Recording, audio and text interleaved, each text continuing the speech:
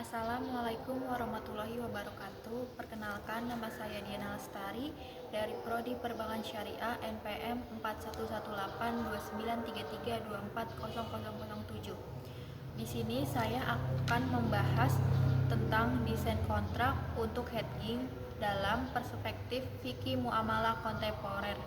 Video ini akan mengulas konsep hedging dalam Islam, risiko yang dilindungi, serta bagaimana kontraknya dirancang agar sesuai dengan prinsip-prinsip syariah. Yang pertama adalah pengertian hedging dan perspektif fikih. Hedging adalah strategi lindung nilai yang digunakan oleh pelaku bisnis atau keuangan untuk melindungi nilai aset dari risiko dan ketidakpastian di masa depan, khususnya akibat fluktuasi harga atau nilai tukar.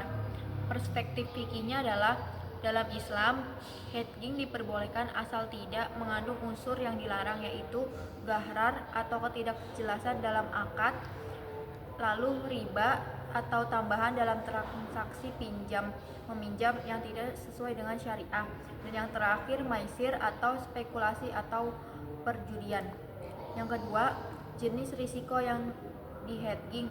Ada beberapa risiko utama yang menjadi objek dalam kontrak hedging syariah, yaitu risiko nilai tukar atau currency risk seperti fluktuasi kurs USD dan IDR. Lalu, risiko harga komoditas seperti perubahan harga minyak, gandum, dan lain-lain. Yang terakhir, risiko suku bunga. Meskipun dalam sistem syariah tidak menggunakan bunga, namun perlu pendekatan syariah untuk menghadapinya, misalnya menggunakan profit sharing. Yang ketiga, studi kasus hedging nilai tukar.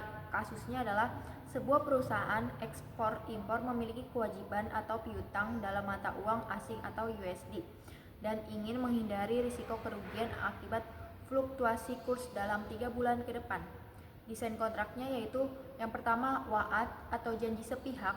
Bank syariah memberikan janji untuk membeli USD dari perusahaan dengan kurs tertentu di masa depan. Yang kedua, murabaha. Perusahaan membeli kebutuhan patas dari bank dengan harga yang telah ditentukan mencakup margin keuntungan atau markup. Yang ketiga, klausa syariah. Transaksi harus real, bukan spekulatif, dan berbasis kebutuhan bisnis nyata. Yang keempat adalah ilustrasi kasus transaksi forward syariah. Karakternya adalah Andi atau sebagai eksportir akan menerima pembayaran USD 1 juta dalam 3 bulan. Skemanya, Andi dan Bank Syariah menyepakati kurs $14.000. Lalu pada saat jatuh tempo, bank menyerahkan USD 1 juta dan Andi menyerahkan 14 miliar. Tidak ada transaksi keuangan sebelum jatuh tempo. Dan yang terakhir, skema tidak menggunakan akad forward konvensional, melainkan janji sepihak atau wa'ad dan transaksi nyata melalui akad murabaha saat eksekusi. Yang kelima adalah skema transaksi.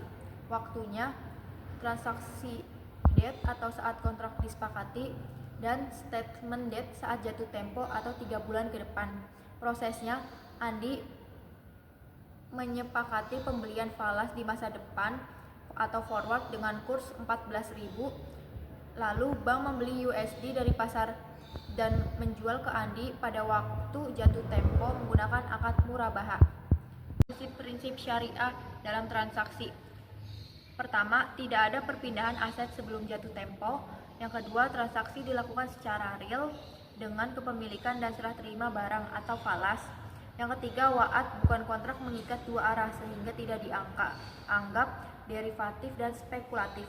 Dan yang terakhir, ditekankan transparansi harga, keadilan, dan kejelasan akad. Yang ketujuh adalah nilai-nilai syariah. Prinsip yang dijaga, yang pertama, transparansi keuntungan atau bayan. Yang kedua, tidak mengandung ketidakpastian atau ghahrar. Yang ketiga, menghindari riba. Yang keempat, menghindari spekulasi atau maisir. Dan yang terakhir, keadilan dalam transaksi atau adil. Dan yang terakhir adalah kesimpulan.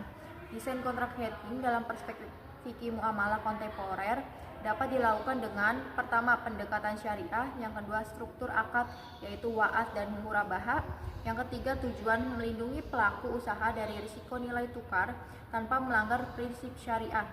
Hedging syariah menjadi solusi modern dalam ekonomi Islam yang tetap menjaga keadilan, keterbukaan, dan bebas dari unsur terlarang seperti gharar, riba, dan maisir. Sekian video dari saya, kurang lebihnya mohon maaf. Wabillahi taufiq wal hidayah. Wassalamualaikum warahmatullahi wabarakatuh.